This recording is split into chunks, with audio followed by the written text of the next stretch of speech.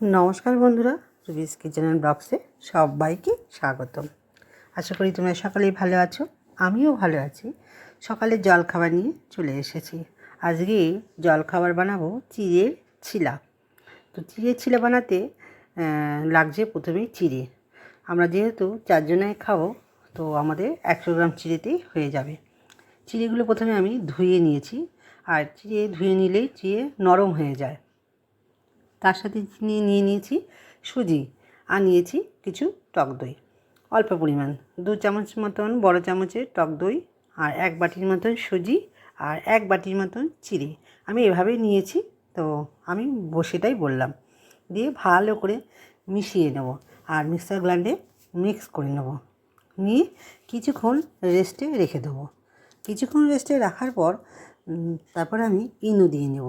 তোমরা baking soda, baking powder দিয়ে নিতে পারো। আমার কাছে ইনো ছিল, তাই আমি ইনো দিয়ে নিলাম।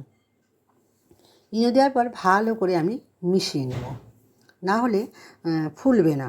আর আরেকটা কথা, আমি এর মধ্যে একটা ডিম ফেটেও দিয়েছিলাম। তোমরা ডিম ফেটে দিতেও পারো, নাও দিতে পারো। আমরা যেহেতু ডিমটা খেতে সবাই ভালোবাসি, তাই উপর দিয়ে একটা ডিম ফেটে দিয়েছিলাম। ওটা আমার ভিডিওটা করা হয়েছিল না। যাই হোক, এবার আমি একটা গ্যাসের মধ্যে ফ্রাই প্যান বসিয়ে দিয়ে একটু তেল ব্রাশ করে নিয়ে আমি বাটারটা দিয়ে দিলাম। ব্যাটারটা দিয়ে দেখো কি সুন্দর উঠে গেছে। এভাবেই ব্যাটারটা উঠে যাবে। দিয়ে আমি পরপর সব বানিয়ে রাখলাম।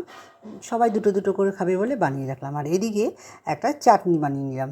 চাটনিটাই আছে টমেটো। তার আগে আমি কড়াইয়ের মধ্যে ডাল, ছোলার ডাল, টমেটো, লঙ্কা সব পেস্ট ভেজে নিয়েছিলাম।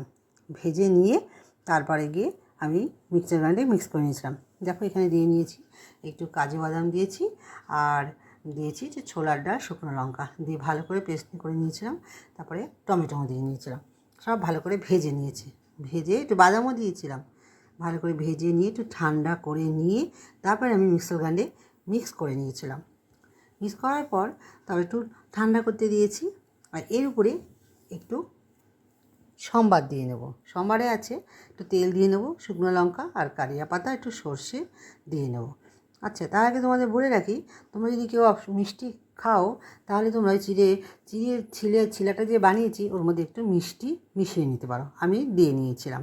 যাই হোক, আমার চাটনিটাও রেডি।